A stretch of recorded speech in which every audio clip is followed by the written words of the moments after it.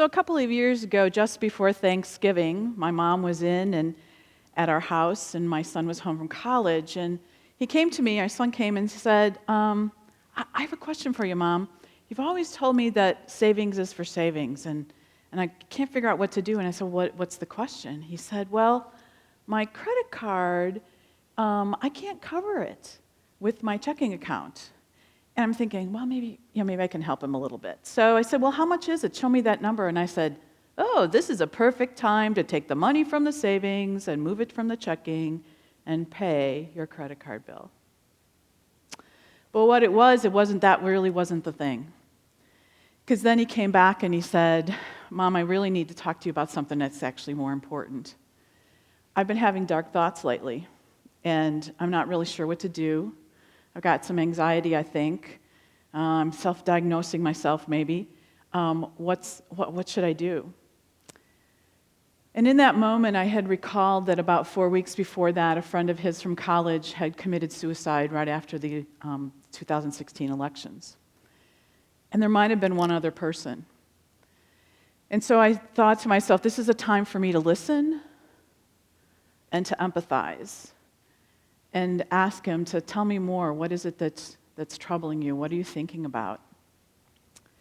And by the time I was done listening to the conversation and not really asking a lot of questions, he told me that in the 18 months before the time period, there was probably more than a half dozen people in his life who had decided, I'm done. That's it. It's a tough place to be in. This is what we struggle through. Those are big struggles, but we also have little struggles in our lives. There are these threshold spaces where we could walk through, much like this picture here, where I could decide to go into the tunnel, or my son was going to go into the tunnel. But the idea of that might be very frightening because he knows really what it's like on this side. And while it'd be on the verge of something else, you don't know what's past the tunnel or what's through that door if he goes through that door. These are called liminal spaces in our lives, where we're betwixt and between. We can't decide if we should move forward or come backward. We're really kind of on the verge of something, but not really sure. And we think, well, it's safe here. I know what this is, but what's on the other side? So my role at that point was to really say, I don't know what it feels like to be you, but I'm here for you. I didn't want to sympathize with him and say, I really know what you feel like, because I didn't know what he felt like. So the opportunity for us to do these thresholds, and there's large thresholds like this, and then there are micro thresholds as well that we go through, and we have to pay attention to how we consider to take a look at them. The thing we know about the brain is the brain loves failure and hates failure all at the same time. And thinking about going through a threshold and not really sure what's on the other side, the prefrontal cortex says to us, failure, fascinating, let's do some learning, I want to go there, let's just go, run, let's go to the door. And behind us in the amygdala, it's saying, oh my gosh, please no, don't go there. You know what this is really safe and ugly, but it's a good place to be, isn't it? So our brain does that to us. It talks to us all the time, right? It's the voice inside our head. And so we have to think about what is it that we need, and we need other people. So how do I support him? How do I support others who are in that space? The next part of this, being a liminologist, as I call it, and thinking about how to help people through thresholds, is that you might also be like this, stuck in an eddy, in a circular space where you're going round and round and round. I have a niece who has probably been stuck in an eddy for 25 years. And many of us in the family just listen to her, and she talks a lot, and she really brings some things forward. And I think she's asking us for help. But as my father-in-law said, she's just like her mother. We'll let her go. She's just like her mother. She's destined to do this. What she really needs from us is not to pull her out, but to pull her over to the side and say, hey, come over here. Let's talk about this. How might you explore some other things during this part of your life, this latest trouble that you've talked to us about? What might you do differently, not pulling her out? Again, we often try to fix. We don't let people struggle. we often make them go through things when they're not ready, and it's more about our discomfort than their discomfort. And so there's no fixing. We have to understand their point of view and really begin to understand not to hold so tightly and to really help them see what might be their way forward. It reminds me of a video that a friend recently showed me, and it was two ducks and their ducklings. And they were traversing across a little rapids on a river. For the large ducks, the parents, it was easy to do, but for the little ones, it was following the parents and then whipping around because the current took them. And then they would try it again and they would whip around. Well, what were they doing? They were learning. They were learning what it was like to traverse the rapids. They were really beginning to go through this point. And as they each was able to make that go forward, they were stronger for it. Parents just didn't look back. Even one of the parents struggled at one point. And as the final little duckling went through, everybody on the video was cheering for them. It was just their learning moment. It was just when they were in school. It was the parents allowing a struggle to happen. And we really need to think about how can we be alongside people for their discomfort? How can we help them grow into something that maybe they're fearful about? How can we really help people move through those hard places, whether they're large hard places or small hard places? One of the other things that we can do is also consider getting on a bike with someone, a tandem bike, in fact. It's a place to hold some space for them.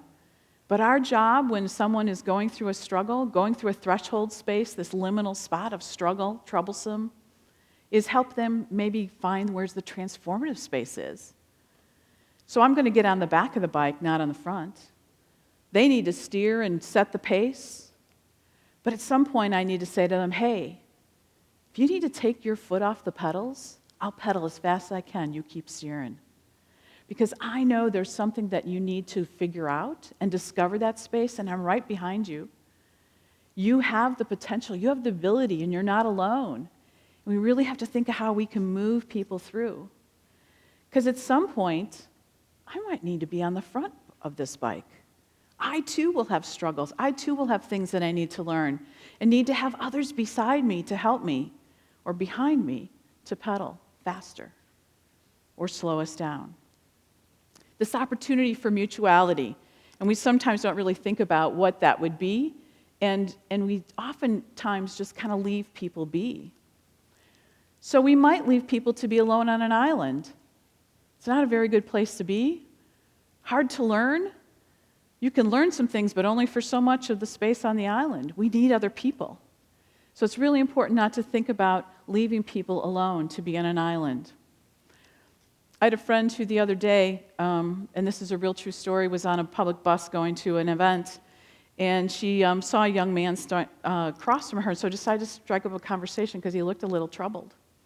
And they talked for a while, and they were having a really great, pleasant conversation. She even shifted seats over and sat next to him as more people got on the bus. And she said, "Didn't you just miss your stop? I thought you said that you were going to get off here." He goes, "Yeah, I was going to, but I'm really enjoying this conversation today.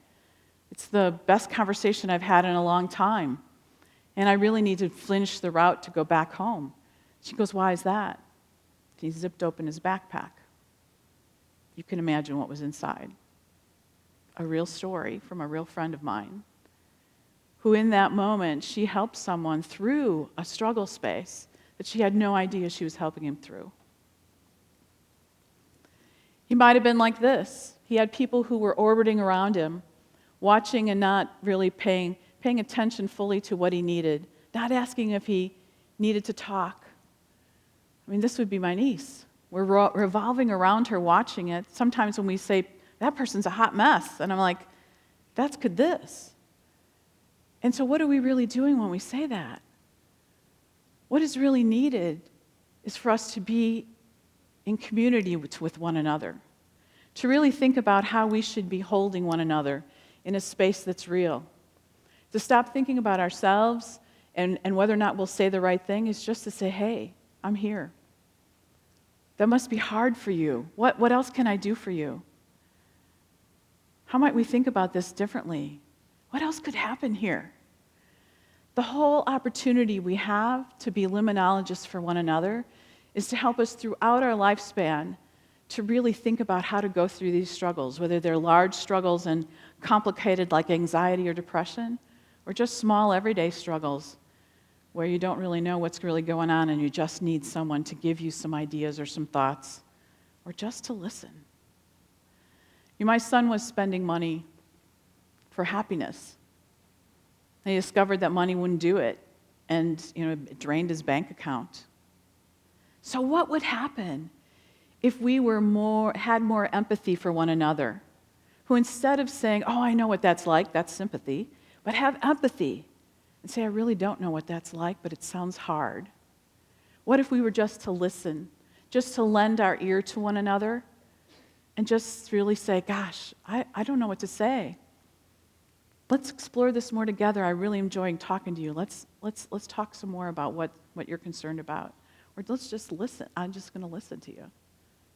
That's what many of us need.